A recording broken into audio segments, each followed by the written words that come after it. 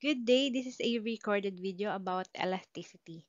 So sa video na to, pag-uusapan natin yung concept ng elasticity at sa isa pang video ay ang pag-uusapan naman natin or ang i-discuss naman natin ay ang pagko-compute ng elasticity. So bakit kailangan paghiwalayin? Para syempre, mas malinaw para sa atin yung concept ng elasticity. Magfo-focus muna tayo doon sa concept na yon. Ano nga ba napasok sa isip ninyo kapag sinasabing elasticity? So, dito sa pictures, nakita nyo naman na yung kamay ay hinahatak yung rubber band. 'Di ba, ang rubber band ay elastic. Dito makita natin na tinitingnan niya gaano ba ka-elastic yung rubber band. So, ganun din yung elasticity. Nung nakaraang chapter ay pinag-usapan natin or diniscuss natin ang demand and supply. Alam natin na ang demand and supply ay nag-ooperate to determine price over a perfect competitive market. At alam natin na ang demand curve ay downward slope at ang supply curve is upward slope. Ganun pa man, kahit may idea na tayo sa demand and supply curve, hindi natin alam kung ano nga ba talaga yung tsura ng demand curve at ng supply curve. Gaano ba ka gaano ba nagda-downward slope yung demand curve? Ano ba yung exact na itsura niya? Kasi dun sa may nakaraang discussion, more on idealistic lang yung or more on ideal lang yung alam natin regarding sa demand and supply curve. So dito sa elasticity, titingnan natin kung gaano nga ba or ano nga ba yung nagiging itsura ng demand curve at ng supply curve depende sa response ng mga consumers at ng sellers. So, start natin ang discussion sa pag-alam ng concept ng elasticity.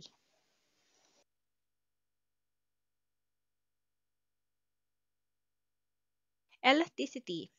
The concept of elasticity measures the responsiveness of one variable to a certain change of another variable. So dito, meron tayong dalawang word na naka-bold or naka-highlight, which is measures and responsiveness.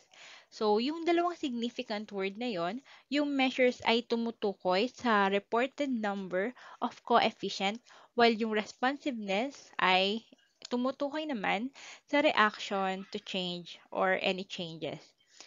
Yan. The basic formula used to determine elasticity is equal to percentage in variable x over percentage in variable y. So, ito yung basic formula para malaman natin or ma-determine natin yung elasticity. Using mathematical symbols, epsilon is equals to percentage delta x over percentage delta y, as you seen on the screen, where epsilon is a Greek letter used as a symbol for elasticity, while delta is also a Greek letter which means change. Percentage, then x is the independent variables, while y is the dependent variables. So, una nating i-discuss is yung demand elasticity. Demand elasticity. Elasticity can be applied to demand in order to measure its responsiveness to the changes on its selected determinants. So, dito, nung nakaraang discussion natin, ay pinag-usapan natin yung mga function of demand.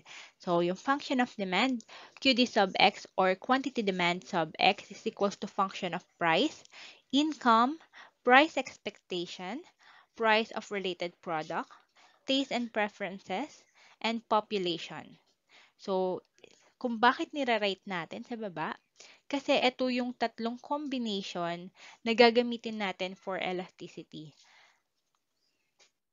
So, these combinations can be used to measure the responsiveness of quantity demand with its price or price elasticity of demand, then income or income elasticity of demand, and price of related goods or cross price uh, elasticity of demand.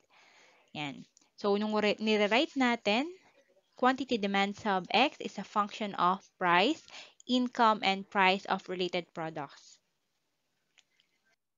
So, yung una nating pag-uusapan ay yung price elasticity of demand. So, ano nga ba yung price elasticity of demand? It measures the responsiveness of the quantity demanded with respect to its price. The basic formula used to calculate the coefficient of price elasticity of demand is price elasticity of demand is equals to percentage change in quantity demanded over percentage change in price. So, this picture is attached para sa inyo na mas madali ninyong matandaan kung ano yung formula ng price price elasticity of demand. So, kung dito nakita ninyo, nilagay lang natin yung price elasticity of demand or PED formula, calculator yung nire-represent nito. Then, percent change in quantity demanded. Ito naman ay graph. Then, percent change in price. So, sa baba ay pera. So, gusto ko lang na mas madali ninyong ma-recall yung formula ng elasticity of price elasticity of demand. Gaya nga ng pinag-usapan natin, more on concept tayo sa video na to and yung other video, dun tayo magko-compute. Ganun pa man, i-discuss pa rin natin yung formula na ginagamit sa pag-compute ng elasticity. So, sabi nga natin kanina, price elasticity of demand is equals to percentage change in quantity demanded over percentage change in price. And if express natin siya mathematically as elasticity of price is equals to delta Q over Q all over delta P over P or Q2 minus Q1 over Q1 all over P2 minus P1 over P1 or Q2 minus Q1 over P2 minus P1 times P1 over Q1. Meron tayong dalawang paraan to measure elasticity. Una is yung point elasticity at yung isa ay yung arc elasticity. So, una nating i-discuss is yung point elasticity. Sa screen ay makita nyo yung graphical illustration ng point elasticity. At kung titingnan ninyo, bakit kaya siya tinawag na point elasticity ay dahil ang mini-measure niya is from point to point. Ang mini-measure niyang elasticity is from point to point. So, yung point elasticity ay good when measuring a very small change in both the price and quantity on a demand curve. Kapag maliit lang yung pagbabago ng price or ng quantity or price and quantity, ay magandang gamitin yung point elasticity. Ganun pa man, kapag malaki na yung pagbabago ng price and quantity, hindi na nagiging accurate ang na-measure nating elasticity sa pag ginagamit natin yung point elasticity. So, yung dalawang dahilan kung bakit nagkakaganon, una, yung price ng elasticity of demand for a good is not necessarily constant. At yung isa pang dahilan ay dahil yung price elasticity of demand can vary at different points along the demand curve due to its percentage nature. So, hindi lang tayo dapat malito na or ipagkamali natin na yung point elasticity ay same ng slope. Bakit? Nagkakaiba kasi sila dahil yung slope ng demand curve ay yung flatness or steepness ng curve. At ito ay nakabase sa total changes in price and quantity.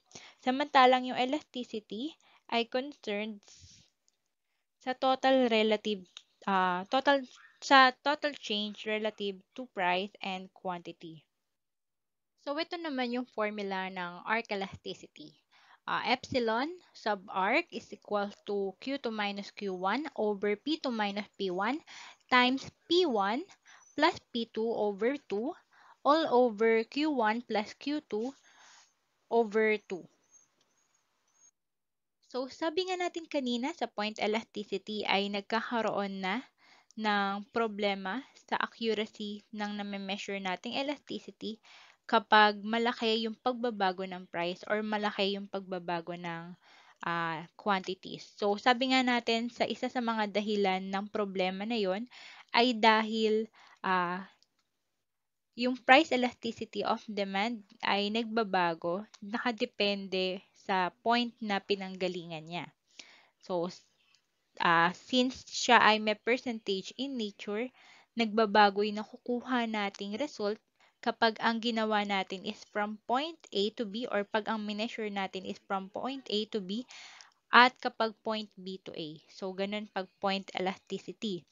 So, para i-deal yung asymmetry problem na yon na kung saan yung price elasticity of demand ay nakadepende sa dalawang point at aalamin pa natin or pipiliin pa natin dun sa dalawang yon kung alin yung original point at kung ano dun yung bagong point ay gagamitan natin siya ng arc elasticity wherein we will compute the percentage change in price and quantity relative to the average of the two prices and the average of the two quantities rather than just the change relative to one point or the other point. So instead na from point A to B or from point B to A yung mini-measure lang natin like sa point elasticity, sa arc elasticity, ang gagawin natin ay kukunin natin yung average change ng price at yung average change in quantity.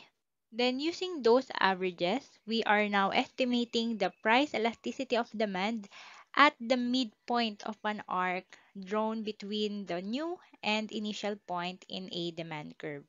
So, sabi nga natin, ulitin ko lang, ang pinagkaiba natin sa point elasticity, ang mini-measure sa point elasticity is from point to point, from point A to point B, or from point B to point A.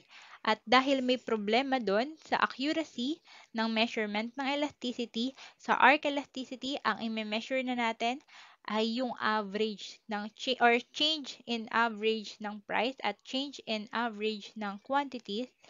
At mula doon, ay kukunin natin yung midpoint. So, kung nakita ninyo, unlike sa point elasticity, merong tuldok dun sa gitna, dahil ang kinukuha natin ay yung midpoint ng arc between the new and initial point in a demand curve. So, ang kinukuha natin ay yung midpoint ng arc. So, kaya siya tinawag na arc elasticity. So, ngayon ang i-discuss naman natin is yung degree of elasticity. So, yung values of price elasticity of demand ranges from 0 to infinity. So, mag-start tayo sa elastic demand. So, ano ba yung naisip nyo pag sinabing elastic? Kumbaga, pag elastic, mas nababanat. Since mas nababanat or elastic, pwede nating sabihin na yung elasticity of coefficient is greater than 1. So, kapag ang nakuha nating value ng coefficient ay mas mataas sa 1, ibig sabihin yun ay elastic demand. At ito ay kapag ang price or other factors have a big effect on the quantity consumers want to buy. So, ano ba yung tinutukoy ko dito? Kung titingnan ninyo yung graph, yan, sabi nga dito sa nakasulat, change in price leads to bigger percentage change in demand. At kung napapansin ninyo, yung ating graph ng ating demand curve ay shallow. Siya ay malawak. Bakit? Ano ba yung pinapakita niya dito? Pinapakita niya dito na sa konting pagbabago ng price, malaki yung magiging pagbabago ng quantity. So, sa pagmaliit na pagtaas ng presyo, malaki yung ating binabago ng quantity demanded. At kapag naman nagbaba sila ng konti ng presyo, malaki yung ipagbabago ng kanyang quantity demanded. So, ang elastic demand ay kapag natin in-express ay elasticity is greater than 1. So, yan. So, yung goods which are elastic tend to have some or all of the following characteristic. Una, they are luxury goods. Halimbawa, sports car. They are expensive and big percent of income. Example, sport cars and holidays. Then, goods with many substitute and a very competitive market, and it is bought frequently. So, minsan lang natin siya bilhin. So, unlike kanina, sabi natin elastic, ito naman ay inelastic. Inelastic demand. So, ano yung inelastic demand? Inelastic demand, elasticity of coefficient is less than 1. Kung sabi natin kanina, elasticity is greater than 1, dito, elasticity is less than 1. Okay? Then, these are goods where a change in price lead to a smaller percentage change in demand. At kung papansinin natin yung graph, nakasulat mo na dito, change in price lead to a smaller percentage change in demand. At ano ba yung meron sa graph?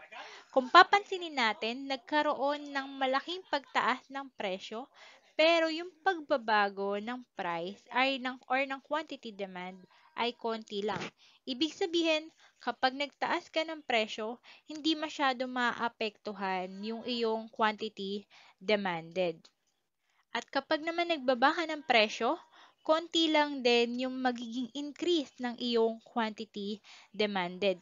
Kaya siya tinawag na inelastic. At kung papansinin nyo, unlike nung graph kanina, kung saan malawak yung nasasakop ng graph, ito ay steep yung kanyang characteristic. Next is yung unitary elastic demand. When elasticity coefficient is equal to 1. So, ayun, from the definition, elasticity is equal to 1.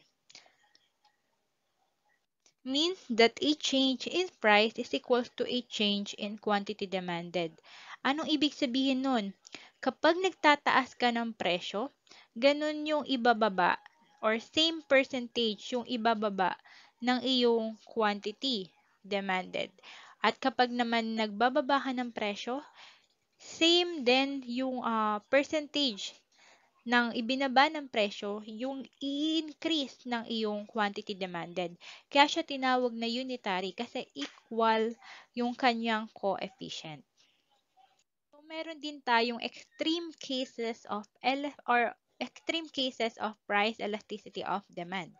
So, yung una nating case ay yung perfect elastic demand. So, ano yung perfect elastic demand? Kung mapapansin nyo, yung perfect elastic demand, ang elasticity niya is infinite. And demand is perfectly elastic when demand is total responsive to changes in price. If there will be small increase in the price, quantity demanded will drop to zero. On the other hand, small decrease in price, quantity demanded will increase without limit. And price elasticity is coefficient is equal to infinite. So, sa case na to, sabi nga natin, ba't siya extreme? Kung napansin ninyo, yung ating demand curve ay isang straight horizontal line. Kaya siya tinawag na extreme cases. At dito, kapag nagtaas siya ng presyo, possible na yung ating quantity demanded ay magda-drop into zero. Kasi nga extreme cases siya eh. At kapag naman siya ay nagbaba ng, ng, ng price, yun nga, sabi dito, small decrease in price, yung ating quantity demanded will increase without limit. Malaki yung i-increase ng ating quantity demanded. Kaya siya ganun ka-extreme. Kaya yan, kung makikita ninyo, sa price na yan, nagkakaroon ng pagbabago sa kanyang quantity demanded continuously. Kaya nga tinawag natin siyang perfect elastic demand wherein yung elasticity natin ay equal to infinity. So another extreme cases of price elasticity of demand is the perfect inelastic demand. So ano yung perfect inelastic demand? So, kabaliktaran ng perfect elastic demand ay yung perfect inelastic demand. At kaya natin siya tinawag na extreme cases. Kung napansin nyo kanina, yung ating demand curve ay horizontal. Dito naman sa inelastic, ang ating demand curve ay vertical. Okay? Then, sabi dito na demand is perfectly inelastic when demand totally not respond to any changes in price. Kung mapapansin ninyo, from P1, P2, and P3, walang pagbabago sa kanyang quantity demanded. So, hindi naapektuhan nung price yung ating demand curve or hindi naapektuhan ng price yung quantity demanded. Then, price elasticity coefficient is equals to 0. Kung sa ating perfect elastic demand, ang ating elasticity is equals to infinite, sa ating perfect inelastic demand, ang ating elasticity is equals to 0. Determinant of price elasticity of demand. So, kung mapapansin natin, yung ibang goods ay responsive sa pagbabago ng price, samantalang ibang goods ay hindi. Unang dahilan is the importance or degree of the necessity of goods. Kung papansinin natin, mas basic needs natin yung goods, hindi siya nagiging responsive sa pagbabago ng price. Therefore, i-consume pa rin natin siya kahit magkaroon siya na magkaroon ng pag-increase ng price kasi nga kailangan natin yung goods na yon. Unlike kapag hindi natin masyadong kailangan yung goods, hindi tayo bibili kapag nagtataas siya ng presyo at bibili naman tayo kapag bumababa lang siya ng presyo. Next is number of available substitute. Dito naman, ang demand for goods is greater kapag yung number ng substitute ay ah, marami or pag mas maraming number of substitute, mas elastic. Samantalang kapag konti yung substitute niya ay inelastic yung demand. For example ay yung ating power ah, distributors na Meralco. So yung Meralco, since wala naman tayong pwedeng i-substitute dahil Meralco lang naman yung nagpo-provide ng power sa Philippines. So, ang gagawin natin, kahit mag-increase ang presyo ng Meralco, yun pa rin yung i-consume natin. Unlike yung internet service provider, since yung marami tayong internet service provider, nandyan yung Globe, yung PLDT, Converge, at iba pa. So, dahil ganon, kapag nagkakaroon ng pag-increase ng presyo, or pag mas mababa yung ating isang internet service provider, ang ginagawa natin ay nag-shift tayo into another service provider. Next is the proportion of income in prior changes. And demand is inelastic for a product whose changes in price seemingly have no effect on the consumer's income or budget. Samantalang any change in price resulting to a substantial effect on consumers' income has elastic demand. Next is the time period. The longer the time period, the less yung pagiging elastic niya or mas nagiging inelastic siya. Dahil ito sa yung consumer kasi since mahaba na yung period ay nakakapag-adjust na yung kanyang buying behavior. So, isa sa kahalagahan kung bakit kailangan nating matutunan ang elasticity ay dahil halimbawa na lang isa tayong negosyante, ano ba yung nagiging epekto nito sa total revenue? So, may dalawang epekto ang elasticity sa revenue. Kung mapapansin natin, yung unang effect is the price effect. Refers to an increase in price that will result to a positive effect on revenue. So, dito sinasabi na kapag nagkaroon ka ng pag-increase ng price, mas maganda yung magiging resulta sa yung revenue. Samantalang yung quantity effect, this pertains to an increase in price will lead to less quantity sold and vice versa. So, ayan ay tumutukoy sa graph which is di-discuss ko sa next slide. Sabi natin kanina, merong price effect at quantity effect. So, ano yung tinutukoy doon? Kung halimbawa, isa kang negosyante at yung iyong goods ay isang inelastic demand. So, yan. Kung mapapansin mo, kapag nagtaas ka ng presyo, kahit malaki yung in-increase mo ng presyo, konti lang yung ibababa ng iyong quantity demand. Therefore, malaki yung kikitain mo kapag nagtaas ka ng presyo kasi hindi naman masyado maapektuhan yung demand. So, yun yung tinutukoy sa price effect. Samantalang sa quantity effect, sabi nga natin kanina, increase in price will lead to less quantity sold. Kung mapapansin natin, kung nagtaas siya ng presyo, ang laki ng ibababa ng kanyang sales. Gano'n siya. So, yung mga merong quantity effect or mga elastic demand, ang ginagawa nila, nagse-sale sila ng price ng kanilang goods at dahil mas malaki yung response ng mga tao sa pagbabago ng price, therefore, mas madami yung magiging sales nila kapag nagbababa sila ng presyo. Nakita niyo yung kinaibahan ng dalawa, ng price effect at quantity effect. Kung inelastic demand yung iyong commodity na ibinibenta, so therefore, mas wise kung magtataas ka ng presyo at mas malaki yung kikitain mo kung magtataas ka ng presyo. Unlike kapag yun ay elastic demand, yung iyong goods, kapag nagtaas ka ng presyo, malaki yung mawawala sa'yo. Therefore, kailangan mong magbaba ng presyo para naman ang mangyari ay lumaki yung iyong sales. So, sa kabilang side, may kita nyo yung inelastic relationship to total revenue or I'm sorry, yung price relationship to total revenue. Kapag inelastic, pagtaas ng price ay pagtaas din ng total revenue at pagbaba ng price ay pagbaba din ng total revenue. Therefore, meron silang positive relationship. Samantalang yung elastic, kapag tumaas yung price, bababa yung presyo, yung total revenue. Samantalang kapag bumaba yung price, tataas yung kanyang total revenue. At yung relationship kapag elastic, ang price at total revenue relationship ay inverse. Tips kung paano natin madaling matatandaan yung relationship ng price at ng total revenue kapag inelastic at pag-elastic.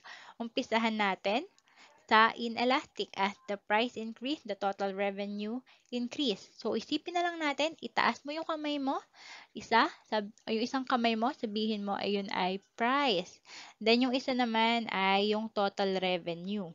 So, kung mapapansin mo, para kang nag-produce ng letter I, ibig sabihin inelastic. Samantalang, kapag naman binaba mo yung isang kamay mo, as the price decrease, the total revenue decrease. Yan. Price decrease, total revenue decrease.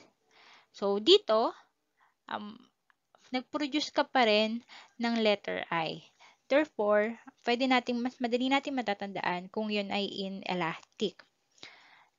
Next ay yung effect naman ng total revenue kapag elastic. So, tatandaan lang natin, kapag tinaas natin yung isa nating kamay at binaba natin yung isa nating kamay kasi sabi natin the price increase, the total revenue decrease. At kung mapapansin nyo, nakaspread yung dalawa nating kamay. Ibig sabihin, mas flexible, mas elastic. Therefore, mas matatandaan natin na kapag elastic, ang relationship ng price at ng total revenue ay elastic ay inverse. Okay? Next naman ay kapag naman nag-decrease yung price, yan, at nag-increase yung total revenue, maaalala natin na yun pa rin ay elastic. Okay? So, tandaan lang natin na kapag nagpo-produce tayo ng letter I, yun ay inelastic at ganun yung relationship ng ating price at total revenue. Samantalang, kapag nag-spread tayo ng ating kamay, upward at downward total revenue, kung mapapansin natin, wide siya, meaning siya ay elastic. So, income elasticity of demand, the responsiveness of quantity demanded in response to change in income. So, kung kanina ay nakadepende or siya ay nakadepende sa change ng price, dito naman ay change ng income. Ito ay price elasticity of demand is equal to percentage change in quantity demanded over percentage change in income. So, yung quantity demanded siya yung ating uh, dependent variable, samantalang yung ating independent variables ay yung income. Kung i-express natin mathematically yung formula ng income elasticity of demand using mathematical symbols, elasticity or epsilon sub y is equals to percentage delta QD over percentage delta y, or epsilon sub y is equals to delta QD over delta y times y over QD, or epsilon sub y is equal to delta QD over QD all over delta y over y. Wherein yung y is yung income at yung epsilon ay symbol for elasticity, while yung delta is, ibig sabihin nun is change, then percentage, and QD is equal to quantity demanded. So, sa formula din kanina, mapapansin nyo, nakagaya lang din siya ng sa price. Ang pinagkaiba lang, pinalitan natin yung price ng income. So, dito naman tayo sa table, summary of income elasticity coefficient. So, dito makikita natin yung types of goods at kung ano yung makukuha nating mga elasticity coefficient.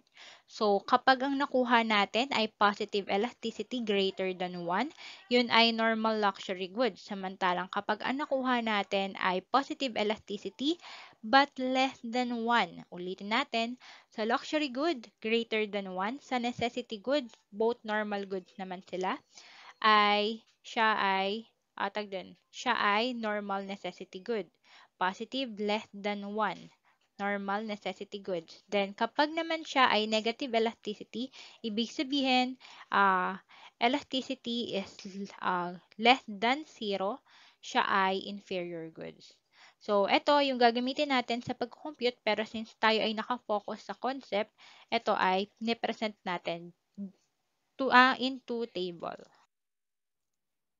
So, sa cross-price elasticity of demand, the responsiveness of consumers in buying certain product if the product of another changes.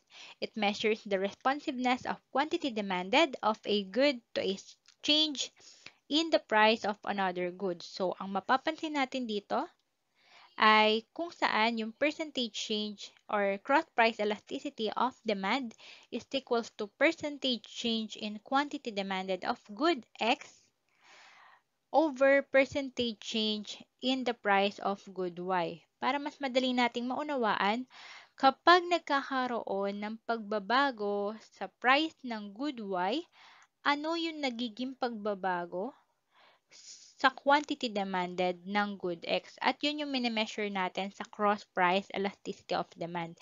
Therefore, dalawang goods na pinag-uusapan natin dito at yung isa ay tinutukoy sa nangyari sa kanyang price, at yung isa naman, anong magiging epekto nung pag-increase or pag-decrease nung price na yun or yung pagbabago ng price na yun sa kanyang quantity demanded. Sa cross-price elasticity of demand, kapag substitute, kung maaalala natin sa demand and supply nung pinag-aralan natin, kapag substitute, ang pinag-uusapan natin ay positive yung kanilang relationship. Therefore, kapag nag-increase yung price ng isang goods, ay nagkakaroon din ng pag-increase sa quantity demand ng isang goods. Kaya kung papansinin nyo, yung graphical representation ng cross price elasticity of demand kapag substitute ay increasing. Kasi baka sabihin nyo, ma'am, demand curve ba yan? Bakit pataas? So, yun yung dahilan doon. So, kapag close substitute, small rise in price of good X causes large rise in demand for good Y. Samantalang kapag weak substitute, large rise in price of good S lead to small increase in demand for good T. So, parang tutukoy lang natin dito, kapag elastic at kapag inelastic. So, yung close substitute ay elastic at yung weak substitute ay inelastic. So, cross-price elasticity of demand complement. So, kung maaalala natin sa discussion ng demand and supply, kapag complement naman ay inverse yung relationship nila. So, kung mapapansin nyo dito, sabi sa close complement or elastic complement, ay a small fall in price of good A causes large rise in demand for good B. So, ano yung pinapakita doon?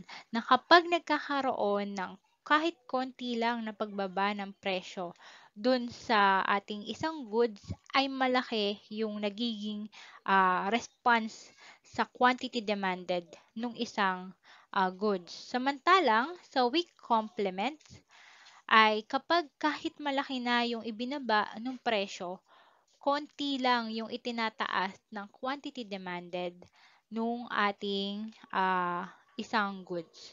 So, since complement sila, unlike kanina sa substitute kung saan yung graphical representation natin ay upward since positive yung relationship nila, sa complements ay downward yung slope natin dahil negative or inverse ang relationship ng complementary goods kapag demand.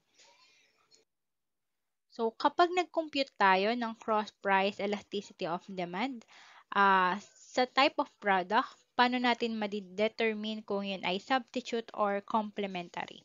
So, kapag substitute ay positive, kapag complementary ay negative coefficient yung makuha natin. Therefore, kapag nag-compute tayo at nakuha nating value ay positive, yun ay substitute goods. Samantalang kung ang makukuha nating value during our computation ay negative, yun ay complementary goods. Next nating di-discuss is yung supply elasticity. So, yung price elasticity of supply measures the responsiveness of quantity supplied in response to a percentage change in the price of goods.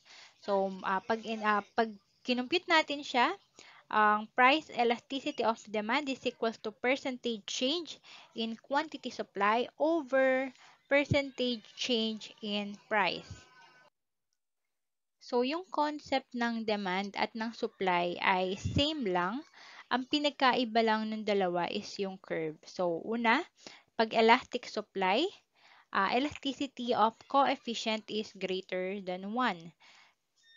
So, coefficient of or elasticity coefficient is greater than 1 kapag elastic supply. Anong ibig sabihin nun? Ibig sabihin nun, kapag nagkakaroon ng pagbabago sa price, malaki yung ibinabago sa quantity supplied. Then, supplier are sensitive at any change in price. So, kapag nagkakaroon ng pagbaba ng price, malaki yung idinidecrease ng quantity supplied. At itong mga goods na to sa elastic supply ay yung mga goods na madaling i-produce or can be produced immediately. So, sa graph, since same concept din naman, hindi ko na siya i-elaborate. Kung napansin nyo naman, since positive lang naman yung relationship ng supply at ng quantity supplied at ng price. So, nung nag-increase yung price, malaki yung in-increase ng quantity supplied. So, ganon kapag elastic, small increase in price lead to greater increase in quantity supply. Next ay inelastic supply. So, sa inelastic supply, elasticity coefficient is less than 1. Yan. Then, change in price lead to lesser change in quantity supplied. So, kapag nag-increase yung price, konti lang yung pinagbabago ng quantity supplied. Supplier are weak in response to any price changes. So, hindi masyadong nag-response yung supplier kapag nagkakaroon ng pagbabago sa presyo. Then, common dito ay yung mga agricultural products. Sa unitary naman, unitary elastic supply, yung unitary elastic supply is yung coefficient niya is equal to 1. At yung change in price lead to an equal change in quantity supplied. Kaya nga unitary is equal siya. Kung napansin ninyo, nung nagkaroon ng pagtaas ng price, same din yung naging pagbabago sa kanyang quantity supplied. So, ganun kapag unitary. So, may extreme cases din yung price elasticity of supply. So, yung perfectly elastic, same as, nire-represent siya ng infinite. So, yung price elasticity ng perfect elastic supply ay infinite. So, this occurs when there is no change in price and there is an infinite change in quantity supplied. Hindi nagbabago yung presyo, pero yung pagbabago ng quantity supplied ay continuous. So, yun yung infinite. Next is yung perfectly inelastic supply. This happens when a change in price has no effect on quantity supplied. So, kung napansin nyo dito, yung P1, P2, and P3, so yung price is continuous na nagbabago pero walang nababago sa kanyang quantity supplied. So, dito, ito yung mga fixed input of production. So, halimbawa na lang is yung land. So, yung land, kahit mag-increase ng mag-increase ng mag-increase, yung kanyang price ay yung quantity supplied niya ay hindi magbabago ah, yung quantity supplied niya. So, yung ating representation ng perfectly inelastic supply is elasticity is equal to 0. So, ito ay para mas madali nyo lang matandaan. Yung perfectly inelastic natin ay 0 ang value. Then, yung inelastic ay less than 1. Then, yung ating unitary is equals to 1. Then, yung elastic is greater than 1. At yung ating perfectly elastic ay infinite yung kanyang representation. So, sa value, kapag nagko-compute ka, kapag ang nakuha mo ay 0, ibig sabihin, perfectly inelastic yung ating kinompute. Then, kapag naman ang nakuha mong value is less than 1, therefore, ito ay inelastic. At kapag equals to 1 ay unitary, then kapag ang nakuha mong value ay greater than 1, ibig sabihin yun ay elastic. At kapag ang calculus mo ay lumabas yung madaming value in continuous value, ay or nagkaroon ng error, yun ay perfectly elastic. And that's the end of our presentation. Hope na may natutunan kayo sa concept ng elasticity. Pag may tanong kayo, pwede nyo akong i-approach at mag-leave kayo ng message sa messenger natin. Thank you and God bless.